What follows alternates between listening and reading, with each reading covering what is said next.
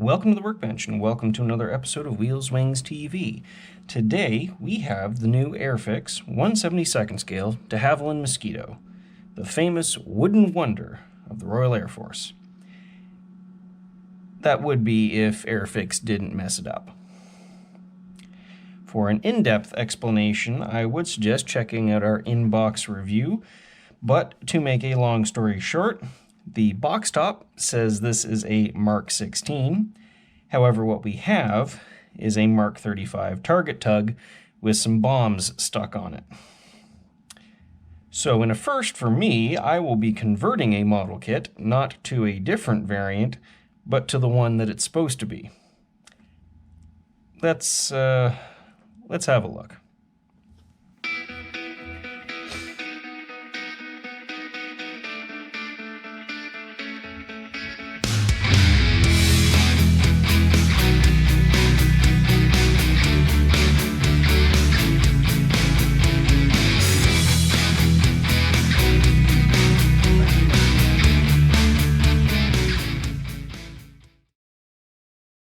First up, when doing this kind of work, unlike Airfix, make sure you have some good reference materials and refer to them frequently.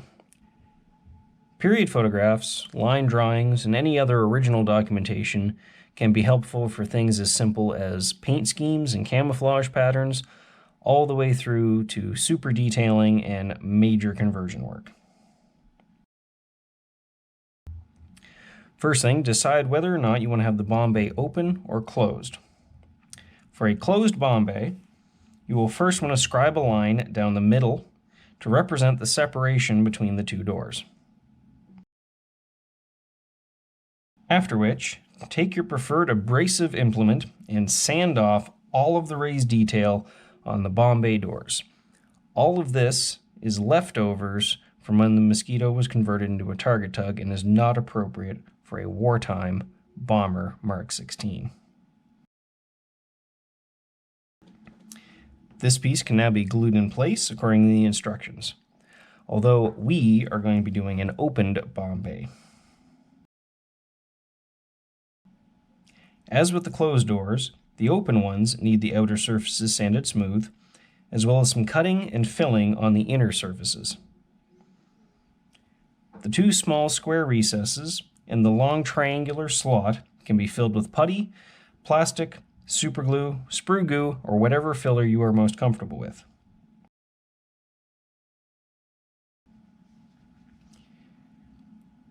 With the bomb bay doors taken care of, we turn our attention to the perhaps more difficult part of this conversion, restoring the rear fairing for the bulged bomb bay doors.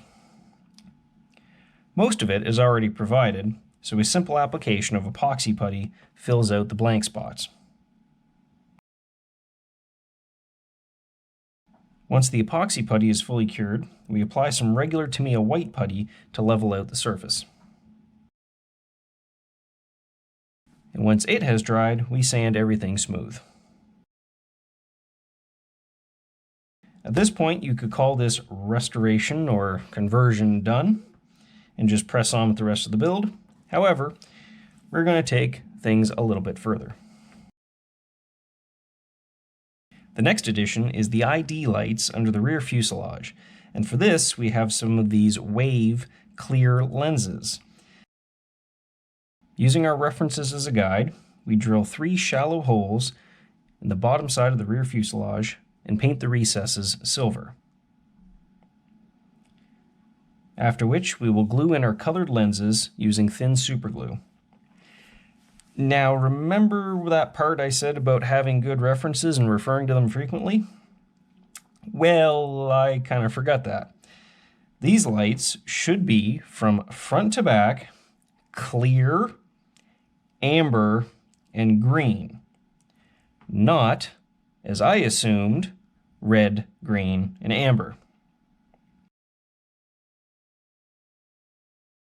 With the glue set, sand the lenses flush with the fuselage, before finally polishing the lenses to restore their shine and clarity.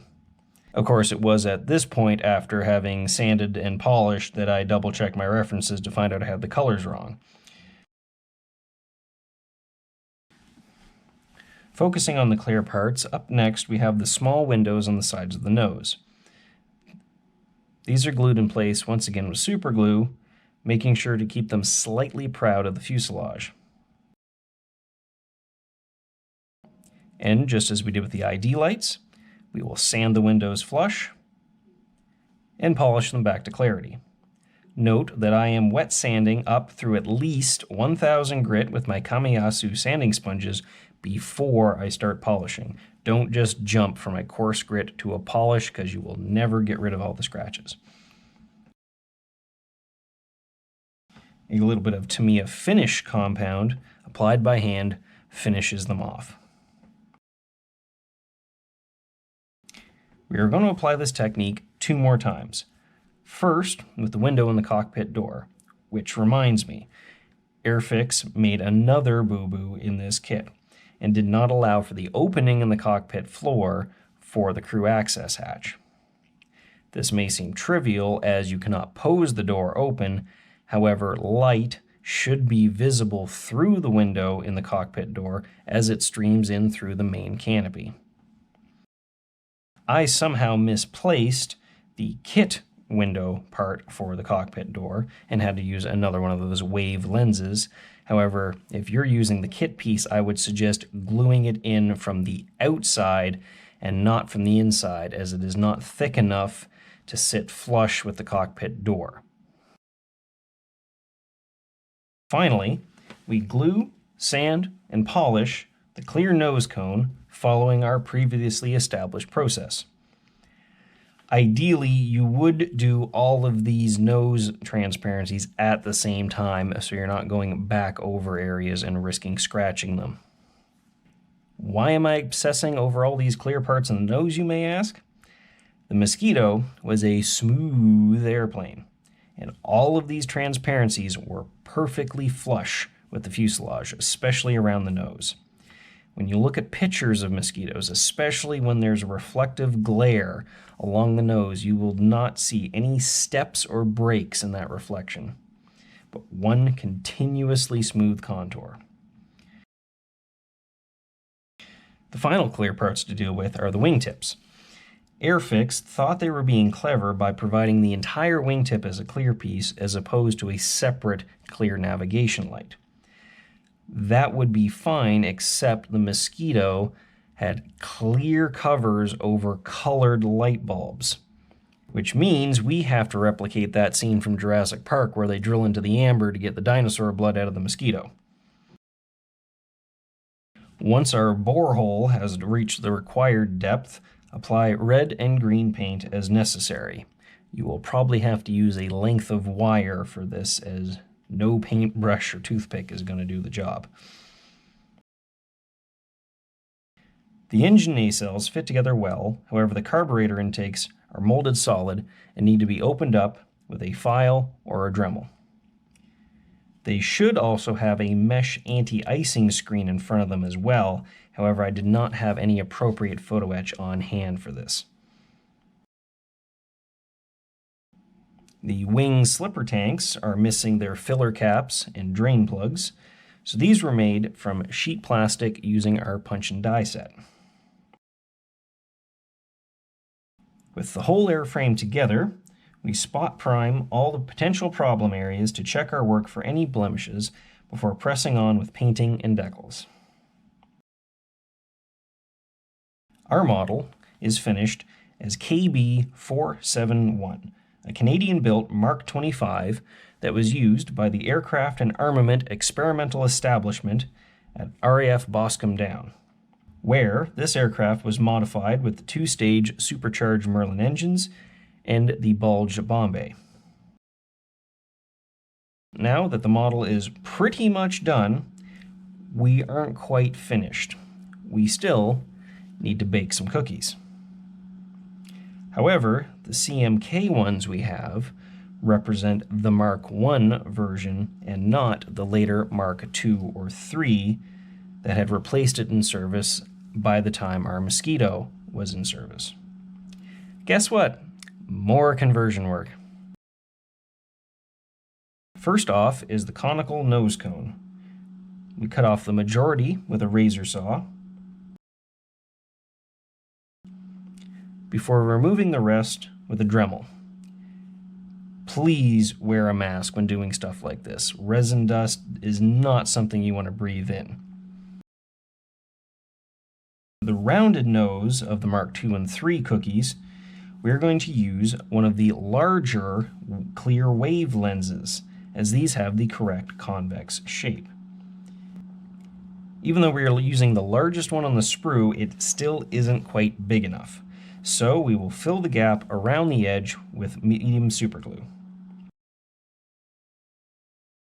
After a hit with accelerator, we can sand the nose to its final shape. Lastly, we need to add the 3 fuses to the nose, and for these we once again use thin plastic sheet and our punch and die set. Each fuse is made from a larger and a smaller circle. Once these are glued into place, we are ready for primer, after which we can paint the stripes around the front of the bomb. A light green stripe will go into the molded recess,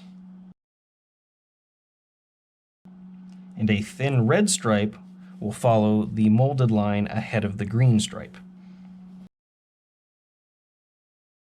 Once dry, these are masked off, and the whole bomb painted dark green. Using a length of styrene rod and a hole previously drilled in the roof of the bomb bay, we glue the bomb into place, and now we finally have a proper mosquito.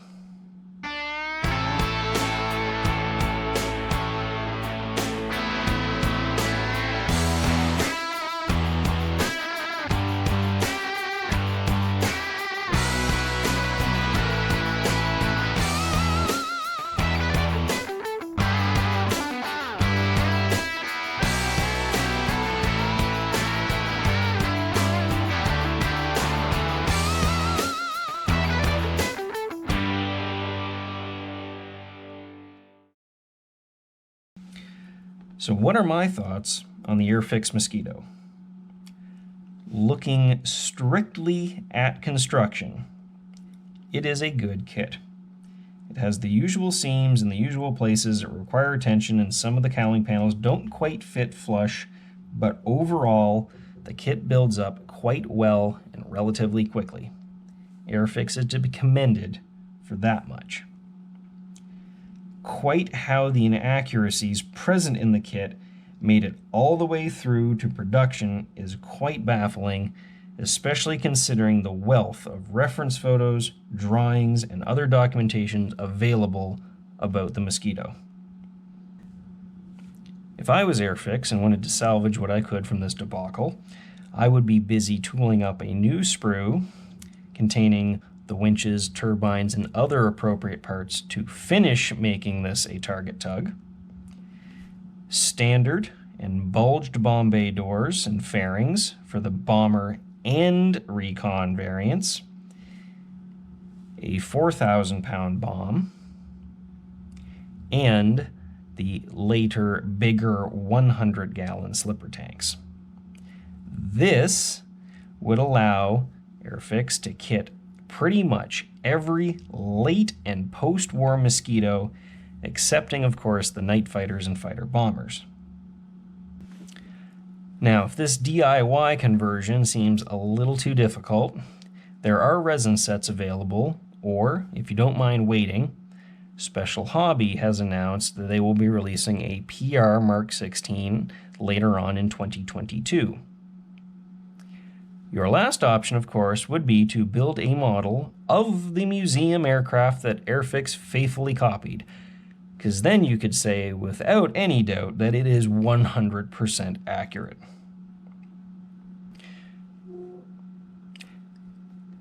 You can, of course, pick up this mosquito kit in person or online at wheelswingshobbies.com, link down below. If you would like to see more content like this, make sure to give us a like and hit that subscribe button. Thank you very much, and we'll catch you next time.